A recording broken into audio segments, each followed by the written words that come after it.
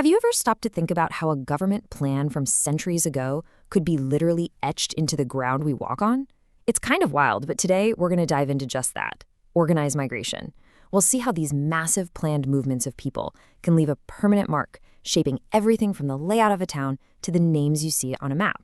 All right, to get us started, here's a little puzzle for you. Why on earth do towns in the Irish county of Derry have names that sound like they belong in the middle of London?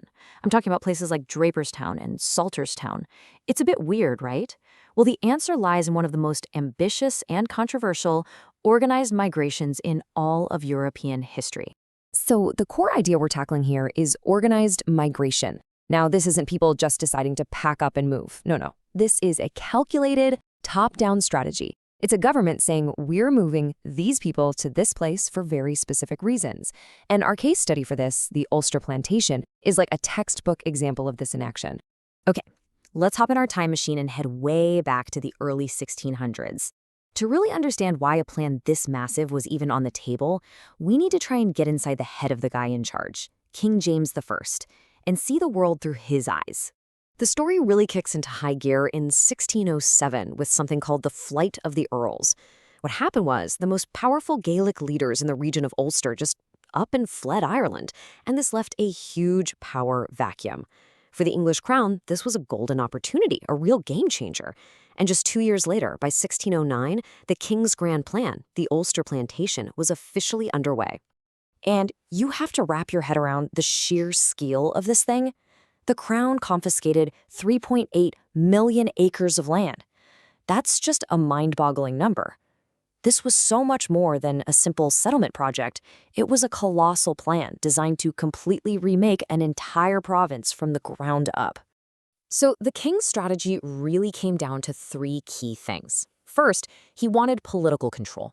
Ulster was, Ireland's most rebellious province and a real thorn in his side. Second, it was about religious change. The idea was to plant loyal Protestants in a staunchly Catholic region. And finally, let's be honest, it was about the land itself, a perfect way to reward his followers with huge estates. Okay, so you've got the land, and the reasons are clear. But the next question is a big one. How do you actually do it? How do you organize moving tens of thousands of people into a new, and let's face it, often hostile place? Well, this was an incredibly planned-out process, all directed from the top. The government decided exactly who could move, only loyal Protestants from England and Scotland. They decided where they would live, mapping out and carving up all that confiscated land, and they even dictated how they would live, with really strict rules, like a requirement to build fortified homes to protect themselves. A key person in this whole system was called an undertaker. And no, not the kind you're probably thinking of. These were wealthy landlords who were given huge estates on one condition. They had to undertake a contract with the king. This meant they had to bring over a set number of English or Scottish families, build defenses, and basically act as the crown's project managers on the ground. And this right here perfectly illustrates one of the plan's most visible rules. Every single undertaker was required by law to build a bawn, that's a strong, defensive stone wall around their main house. This wasn't just for show. It was a mandatory piece of architecture, a constant physical reminder that the settlers were in a new and often dangerous place. So how did this grand plan actually change the map? This wasn't just about new people moving in.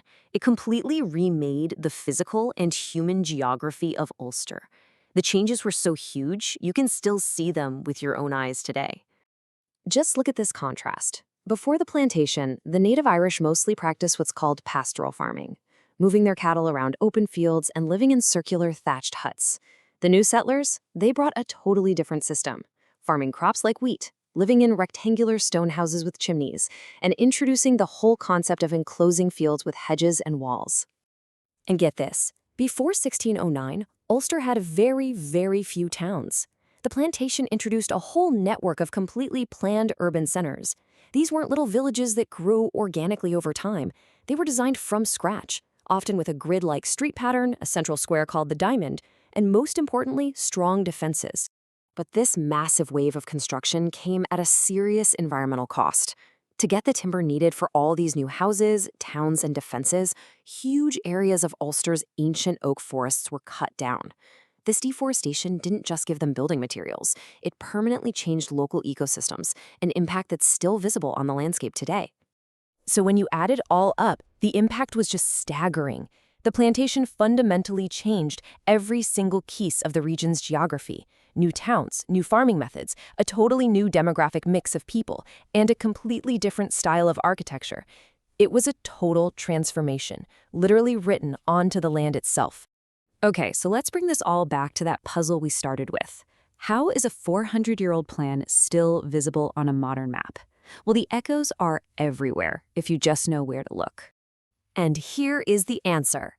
King James I couldn't actually afford to plant the entire county of Derry himself, so let's say he persuaded, or maybe forced, the 12 wealthy trade guilds of London to finance it. Each guild was given a slice of the county, and what did they do? They named their new towns after themselves. So the Drapers Guild founded Draperstown, the Salters Guild founded Salterstown. It all makes sense now. And the guild's biggest project by far was funding the magnificent walls of Derry. These fortifications were so well built that they were never breached in any siege. This earned the city its famous nickname, the Maiden City, a name that speaks directly to its origins in the plantation.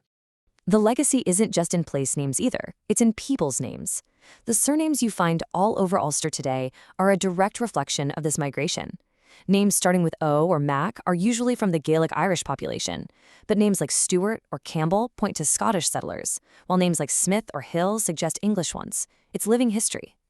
But this legacy has a much darker side. The way the land was divided up was anything but equal. The fertile, rich valleys went to the new settlers, while the native Irish population was often displaced to poorer, mountainous land. This created what geographers call a mosaic pattern on the map, a geographic segregation that became the foundation for centuries of economic division and conflict. So after digging into this incredible and really complex case study, what's the big idea we should walk away with? The main takeaway is really this. Organized migration is one of the most powerful forces in all of human geography. A well-executed plan, even one from 400 years ago, doesn't just fade away with time. It can permanently rewrite a region's culture, reshape its landscape, and build a whole new reality that lasts for centuries. And that leaves us with a final thought. The story of the Ulster Plantation is written into its fields, its towns, and its names. It really makes you wonder, doesn't it?